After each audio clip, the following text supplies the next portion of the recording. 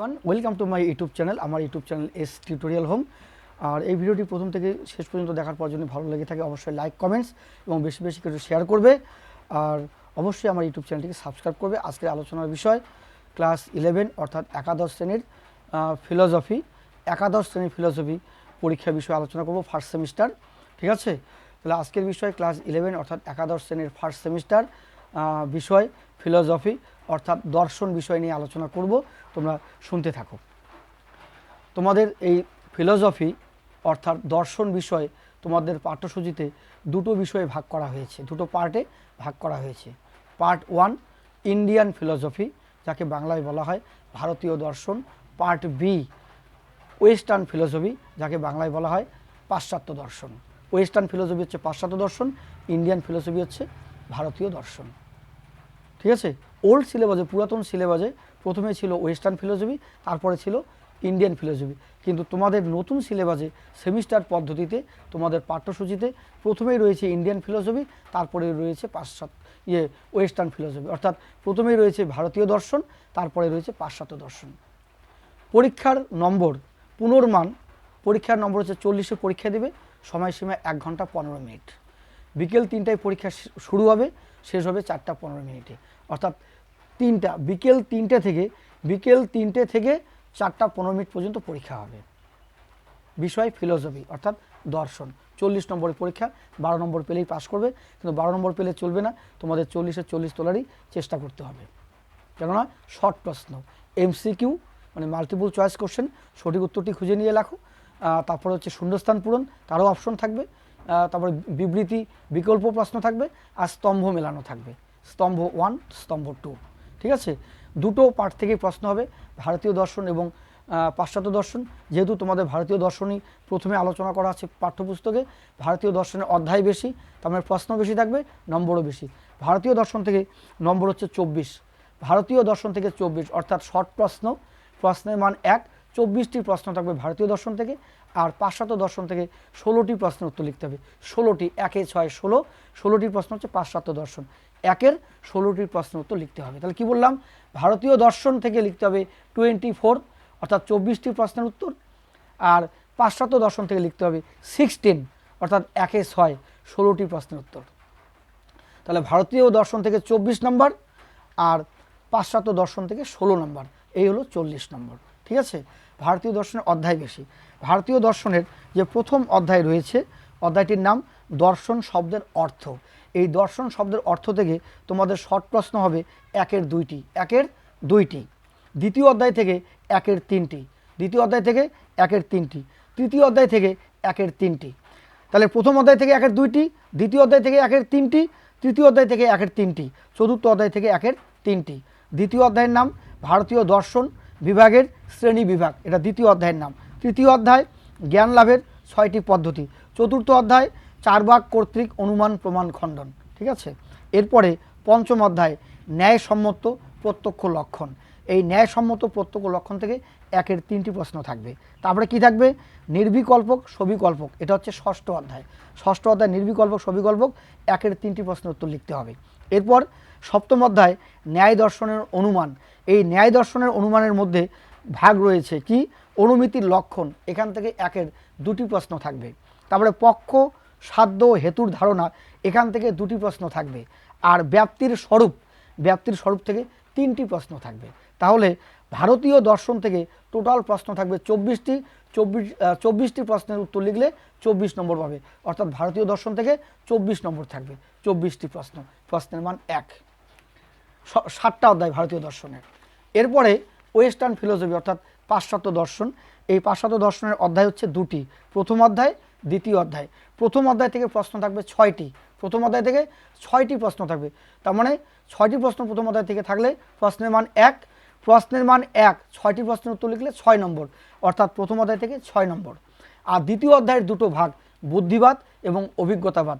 বুদ্ধিবাদ থেকে থাকবে 5 নম্বর, আর অভিজ্ঞতাবাদ থেকে থাকবে 5 নম্বর। এই 5, 5, 10, অর্থাৎ পাশ্চাত্য দর্শন থেকে 16 নম্বর। কী করে 16 নম্বর হলো, পাশ্চাত্য দর্শনের প্রথম অধ্যায় থেকে 6 নম্বর, আর দ্বিতীয় অধ্যায় থেকে বুদ্ধিবাদ এবং অভিজ্ঞতাবাদ, বুদ্ধিবাদ থেকে 5 নম্বর, অভিজ্ঞতা থেকে 5 নম্বর, এই হলো 10, আর প্রথম অধ্যায়ের 6, তাহলে 10 আর 6, 16। বুদ্ধিবাদ থেকে কি পড়বে? ডেকার্ত, লাইবনিস আর স্পিনোজা। আর ডেকার্ত, লাইবনিস, স্পিনোজা। আর অভিজ্ঞতাবাদ থেকে পড়তে হবে লক, বার্কলে আর হিউম। লক, বার্কলে আর হিউম এগুলো পড়বে। ঠিক আছে? তাহলে পাশ্চাত্য দর্শন থেকে 16 নম্বর, ভারতীয় দর্শন থেকে 24 নম্বর। 16 নম্বর কী করে বললাম?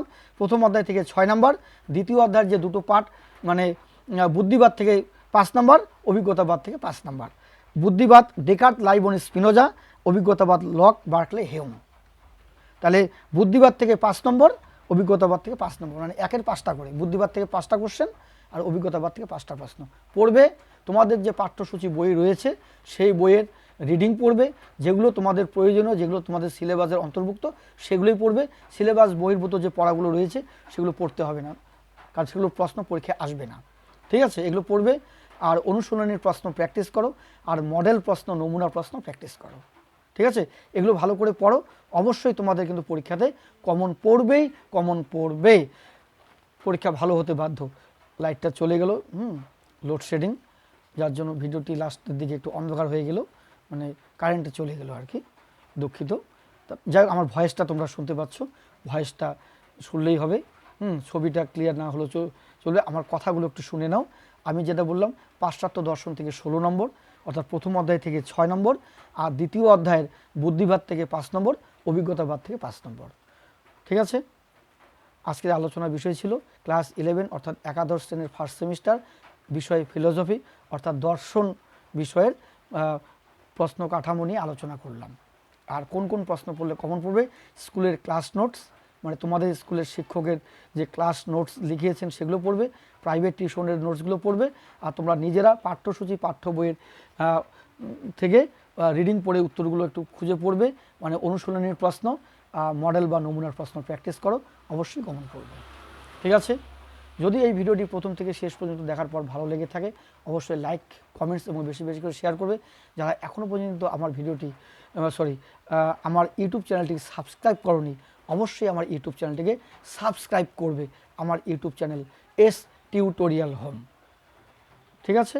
আর পরবর্তীতে সেকেন্ড সেমিস্টারের সিলেবাস অর্থাৎ ক্লাস 11, একাদশ শ্রেণীর সেকেন্ড সেমিস্টারের সিলেবাস, সেকেন্ড সেমিস্টারের নম্বর বিভাজন, সেকেন্ড সেমিস্টারের পরীক্ষার সাজেশন, বিষয়ের সাজেশন, সমস্ত কিছু আমি পরের ভিডিওগুলোতে আস্তে আস্তে তোমাদের জন্য পোস্ট করব। তার জন্য অবশ্যই আমার ইউটিউব চ্যানেলটিকে সাবস্ক্রাইব করবে, এবং যদি কোনো কিছু জানার থাকে আমার হোয়াটসঅ্যাপ নাম্বার, আমার সঙ্গে যোগাযোগ করবে। আমার হোয়াটসঅ্যাপ নাম্বার 9093535537, এই নম্বরে যোগাযোগ করবে। আর আমার YouTube channel S tutorial home, এই ইউটিউব চ্যানেলটিকে অবশ্যই সাবস্ক্রাইব করবেই করবে। ঠিক আছে? শেষের দিকে 5 মিনিটের মতো তোমাদের ভিডিওটি অন্ধকার হয়ে গেল, কারণ লোডশেডিং, হঠাৎ করে লাইনটা চলে গেল কারেন্টটা চলে যাওয়ার জন্য। ঠিক আছে? আমি দুঃখিত, কিন্তু আমার ভয়েসটা তো শোনা যাচ্ছে, ভয়েসটা, আমার কণ্ঠস্বর, মানে আমার কথাগুলো শুনতে পারলেই যথেষ্ট। ঠিক আছে? লাস্ট ভিডিওটি একটু অন্ধকার হয়ে গেল, ডার্ক হয়ে গেল, রাখছি, এর জন্য সরি। অবশ্যই আমার ইউটিউব চ্যানেলটিকে সাবস্ক্রাইব করবে। আমি একে একে তোমাদের ক্লাস 11-এর, কারেন্টটা চলে আসলো, লাইট দেখতে পাচ্ছ লাস্টের দিকে, আমি একে একে তোমাদের সমস্ত সাবজেক্টের কিন্তু নম্বর বিভাজন, পড়ার পরামর্শ, টেকনিক, পরীক্ষার সময়সূচি, রুটিন সব দিয়ে দিলাম। ক্লাস 11 অর্থাৎ একাদশ শ্রেণীর বাংলা, ইতিহাস, রাষ্ট্রবিজ্ঞান, ফিলোসফি অর্থাৎ দর্শন, এগুলো বিষয়ে আমি আলোচনা করলাম। কত নম্বরে পরীক্ষা দেবে, কত নম্বর পেলে পাস, কবে কোন সাবজেক্টের পরীক্ষা হবে, সব বলে দিলাম। ঠিক আছে? এই ফিলোসফি পরীক্ষাটা তোমরা দিবে 26 তারিখে, 26/9/2024, 26/9/2024 ফিলোসফি পরীক্ষা হবে। ঠিক আছে? সেপ্টেম্বরের 26 তারিখ। ভালো করে পড়ো। নমুনা প্রশ্ন, মডেল প্রশ্নগুলো, টেক্সট বইয়ের পিছনে যে মডেল প্রশ্ন রয়েছে, নমুনা প্রশ্ন, সেগুলো প্র্যাকটিস করো। আর অনুশীলনীর প্রশ্ন প্র্যাকটিস করলেই এনাফ। এছাড়া তো ক্লাসে স্যার ম্যাম লিখিয়েছেন সেগুলো পড়বে, আর প্রাইভেট টিউশন সবাই পড়ছো, বেশিরভাগ ছেলে মেয়ে পড়ছো, সেগুলো একটু দেখে নাও, হয়ে গেল। ঠিক আছে? কিন্তু পরবর্তীতে আমি কিন্তু সাজেশন দেবো, সেকেন্ড সেমিস্টার থেকে আমি সাজেশন দেওয়া শুরু করে দেবো, কারণ এখন সাজেশন দেওয়ার সময় নেই, কারণ হাতে গোনা কয়েকটা দিন আছে পরীক্ষার। এখন সাজেশন দিয়ে তোমাদের বিভ্রান্তিতে ফেলবো না, কিন্তু আমি যে কথাগুলো বললাম অতি মূল্যবান কথা, পরামর্শ, এগুলো যদি কাজে লাগাও অবশ্যই পরীক্ষা ভালো হবে, সবারই পরীক্ষা ভালো হবে, 40-এ 40 পাবে। ঠিক আছে, রাখছি। তাহলে 26/9/2024 ফিলোসফি পরীক্ষা দেবে, বারটা হবে থার্সডে, মানে বৃহস্পতিবার। ঠিক আছে, রাখছি। সমস্ত কিছু বললাম।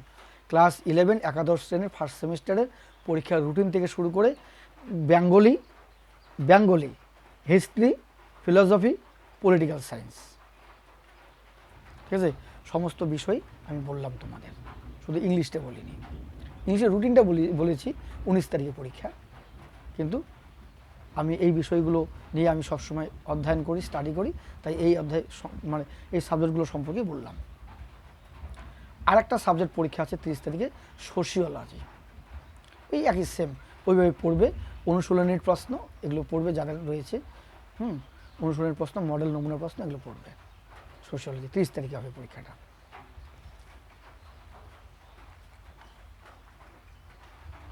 ঠিক আছে, অবশ্যই আমার ইউটিউব চ্যানেলটিকে সাবস্ক্রাইব করে। মাঝখানে 3-4 মিনিটের জন্য লাইটটা বন্ধ হয়েছিল, কারেন্ট চলে গিয়েছিল, এই জন্য দুঃখিত। 3-4 মিনিট ভিডিওটি একটু অন্ধকার হয়ে যাবে, অন্ধকার হয়েছে, তোমরা মাইন্ড করবে না, কিন্তু আমার কথাগুলো শোনা যাচ্ছে, কথাগুলো শুনে নেবে। অবশ্যই আমার ইউটিউব চ্যানেলটিকে সবাই সাবস্ক্রাইব করবে।